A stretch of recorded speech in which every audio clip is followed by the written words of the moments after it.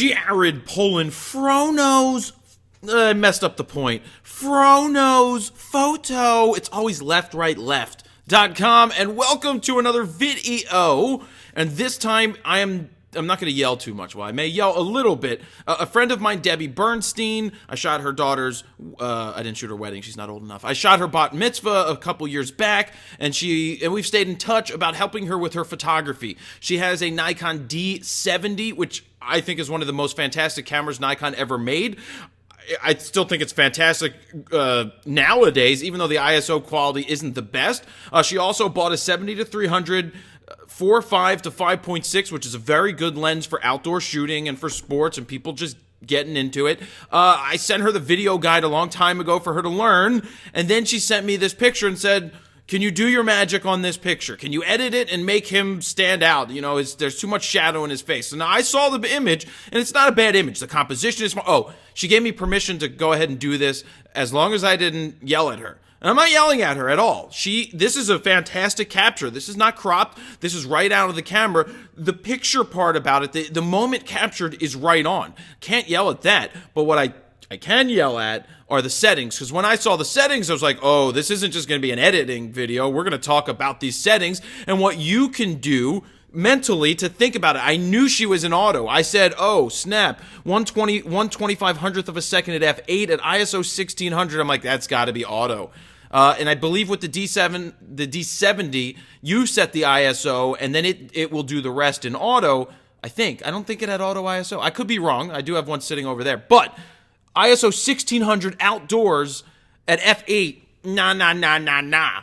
And so here, let's run through what you can do with this image. Now, you got to get out of auto. Auto is like, everybody says that they're afraid to get out of auto. They're afraid to mess up. Well, go into aperture priority. In this case, here are some changes that I would have made to, let me show you what I did with my edit, just for her. Oop, boom.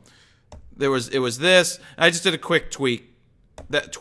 And I brought it out. You can also see that you want to talk about noise and grain. This is 1600, but again, there was a D70. That's an older camera. So what can we do here to, one, drop the ISO because we don't want to shoot at 1600 with this camera. It's not, it's more of a 400 ISO camera. Where can we pick up 2 stops of light in order to get the ISO, even if we wanted to keep just about everything the same, to get it down to 400 ISO? Well, first things first, it doesn't have to be at f8. If we were in aperture priority, you would tell the camera to shoot at 5.6, no matter what. And it's going to stay at 5.6. It's going to set your shutter speed, and you've already set your ISO. But we want to get it down from 2 stops. We want to go from 1600 to 800. That's 1 stop of light, to 400, which is now 2 stops of light from 1600. Bear with me. It's simple math. So we want to do that. We can do a couple of things. We can drop the shutter speed. All right, let's just do 2 things. There's 2 things we can do right here, make it easy. Drop the shutter speed, 1/2500th of a second. What is a half of that? What is 1 stop less? 1/125th of a second. 1/1250th of a second. Sorry, 1,250. That's 1/1250th of a second. That's 1 stop of light. Then we can take the f8 and go to 5.6. That's 1 stop of light. So we've just picked up 2 stops of light, and the last thing to compensate, we drop that ISO to 400. 1/12,500th of a second. No, not 12,500th. 1/1250th of a second, I need to get that right, is fast enough to freeze any of this action. F5.6 is the maximum, is the smallest aperture when you're zoomed out at 180 or when you go out to 300. So we're safe there. And 400 ISO is much cleaner. So because you can see the sun because of the shadow, and obviously it's at his back, and there's not much you can do unless you're going to totally blow out the background in terms of the exposure, if you're going to try to get the exposure for his face. But I think if you left the settings locked in at 1/1250th of a second, f5.6 at ISO 400, as long as the clouds didn't play a part in this, then everything could have been exactly the same with less grain and less noise. And you don't have to be afraid of auto. Don't be afraid of auto, people. Get out of auto. Don't be afraid to go into aperture priority. There's a reason that it's there. You learn, and I will tell you my progression. I started in Running Man mode shooting sports, and yes, that was full auto.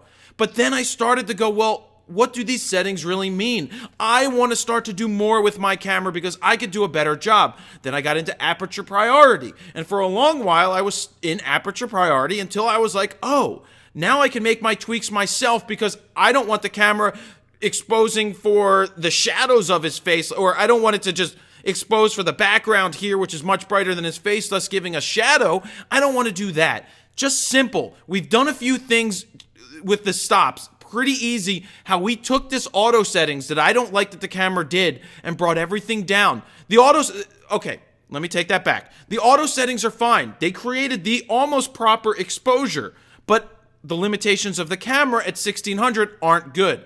We found 2 stops of light. We borrowed one from the f-stop and one from the shutter speed. And then because of that, the exposure is going to be the exact same thing if we take away 2 stops of the ISO. So think about it. Take one picture in auto and then look at the settings on the back of the camera and replicate that in a manual mode. And then just play the stops game if you're not happy with what they did for one reason or another. So Debbie, I think you still are doing a fantastic job capturing the moment. There's nothing better than I say when people are just learning. I don't care if you set the camera to auto. I don't care what you're doing when you start out learning. I think it's best to do that and just concentrate on capturing the moment, because I can't teach you the art of capturing the moment. I can give you tips. I can help you get to the right place. I can't figure that stuff out for you.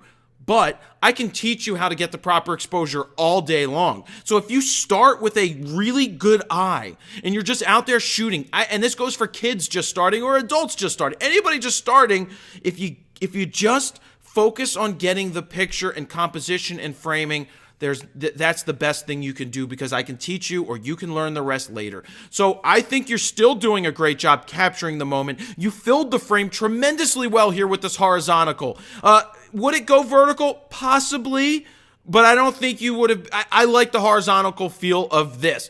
The ball is there, he's kicking it, and you have him in there by himself. Sure, you could shoot it tighter. I'll just do this real quick before we wrap this up. If I wanted to go ahead and crop it and maintain the original aspect and go vertical, you could do something along the lines. See, this doesn't work.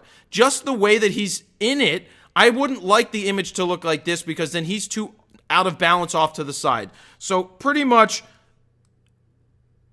I'm just tweaking, trying to get him as close to the middle of the ball, to the middle of the frame as possible, and boom. And I go like that. We get rid of the ref just standing around watching the game. We've got this kid in the background playing with his cup. We've got the coach and everything. And also at 5.6, the background's going to blow out much more. I still think you're doing very, very well. I hope I didn't yell at you enough, and I hope that you people get out of auto and get the confidence to get back into, to get into these other modes and shoot. Debbie, keep on shooting. That's all that matters. Jared Polin, FroKnowsPhoto.com. See ya.